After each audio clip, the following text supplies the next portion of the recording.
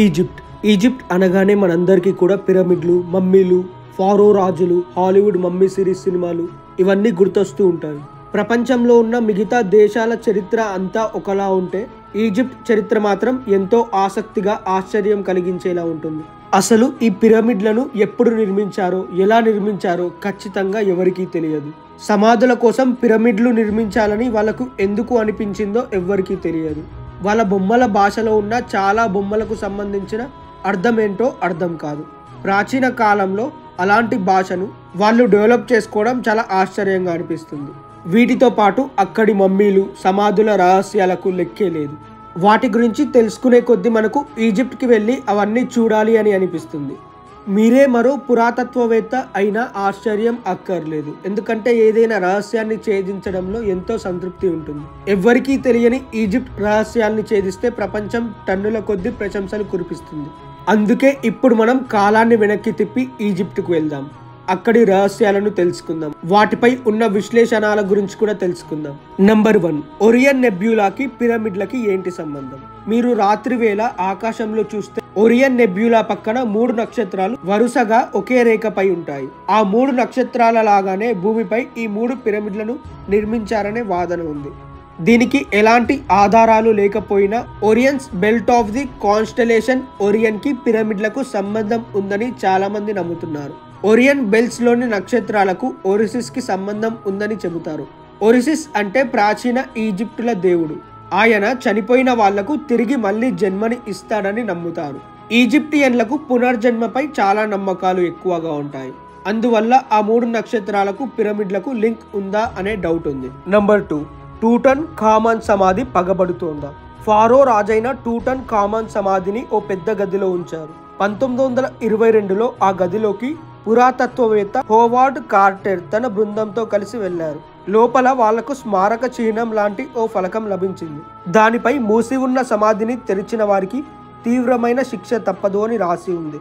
అది చూసిన హావార్డ్ అంత లేదు, ఇలాంటివి నేను అస్సలు నమ్మను అనడంతో అక్కడున్న వాళ్ళంతా నవ్వారు. కానీ 1930 వరకు ఆ సమాధి గదిలోకి వెళ్లిన 22 మంది చనిపోయారు.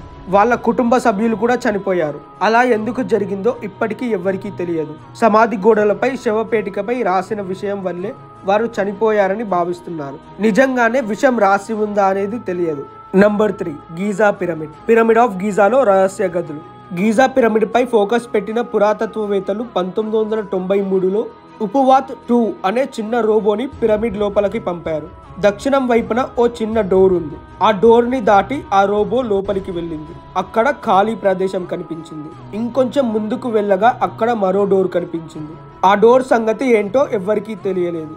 దాంతో 2010లో మరింత అప్గ్రేడ్ అయిన జేడీ రోబోని లోపలికి పంపారు. అది లోపలున్న డోర్ దాటి వెళ్ళగా అక్కడ రాగి కడియాల లాంటివి కనిపించాయి.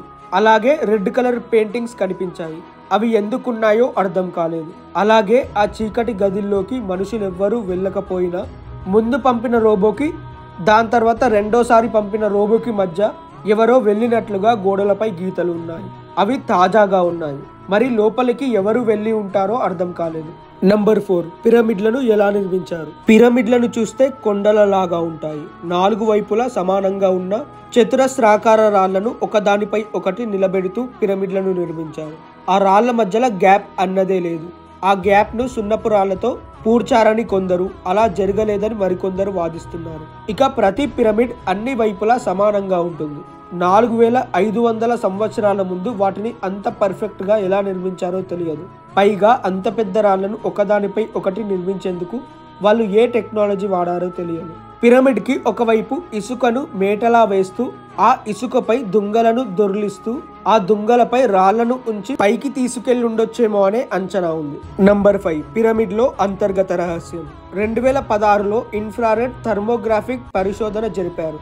పరిశోధన జరిపిన తర్వాత గీజా పిరమిడ్ కింద వివరణకు అందని పెద్ద కన్నాలున్నాయి. అలాగే పిరమిడ్ పై భాగంలో కూడా అలాంటిది ఉంది.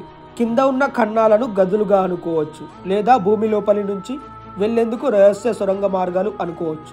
వీటి గురించి అడిగినప్పుడు ఈజిప్ట్ ప్రభుత్వం స్పందించేందుకు నిరాకరించింది. ప్రభుత్వం స్పందించి ఏదో ఒకటి చెప్పి ఉంటే పురాతత్వవేత్తలకు కొంత ఊరటగా ఉండేది. ఏమీ చెప్పకపోవడంతో ఖచ్చితంగా అక్కడ ఏదో ఉంది అనే అభిప్రాయం వారిలో కలిగింది. నంబర్ 6, స్ఫింక్స్ ని ఎప్పుడు నిర్మించారు? ఇది కూడా ఖచ్చితంగా తెలియని విషయం. పిరమిడ్ల పక్కన సింహం శరీరం మనిషి తలతో ఉండే స్ఫింక్స్ ని ఎప్పుడు నిర్మించారన్నది అంతుబట్టని రహస్యంగా మారింది. ఎందుకంటే 19వ శతాబ్దంలో జరిపిన పరిశోధనల్లో స్ఫింక్స్ కి మరమ్మతులు రిపేర్లు చేసినట్లు కనిపెట్టారు. అసలు స్ఫింక్స్ ఎప్పటిది అని లెక్కలు వేయంగా 8000 ఏళ్ల నాటిదని అంచనాకి వచ్చింది. అదే నిజం అనుకుంటే ఈజిప్ట్ చరిత్ర అంత పురాతనమైనదా అనే ప్రశ్న వస్తుంది. గీజా పిరమిడ్ వయస్సు 4500గా చెబుతున్నారు. మరి స్ఫింక్స్ ని అంతకంటే ముందే నిర్మించారా అన్నది తెలియలేదు. నంబర్ 7, గీజా పిరమిడ్ కాలాన్ని చెబుతుందా? ప్రాచీన ప్రపంచ వింతల్లో ఒకటైన గీజా పిరమిడ్ కాలాన్ని చెప్పగలదు అనే వాదన ఉంది. దీని నిర్మాణం సూర్య గడియారం సన్ డైల్ లాగా పనిచేస్తుందని అంటున్నారు.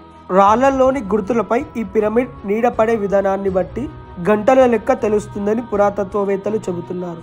అలాగని దీన్ని టైం కోసం మాత్రమే నిర్మించలేదని, ఉత్తరాయణం దక్షిణాయనం వంటివి తెలుసుకోవడానికి కూడా దీన్ని ఇలా నిర్మించారని చెబుతున్నారు.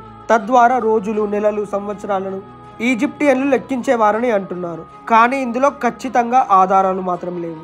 ఇది వచ్చేసి ఇవాల్టి వీడియో కనుక నచ్చితే ప్లీజ్ వీడియోని లైక్ చేయండి. అలాగే ఇలాంటి ఇంట్రెస్టింగ్ వీడియోస్ కోసం ఛానల్ని సబ్స్క్రైబ్ చేసుకోండి. Thanks for watching my video.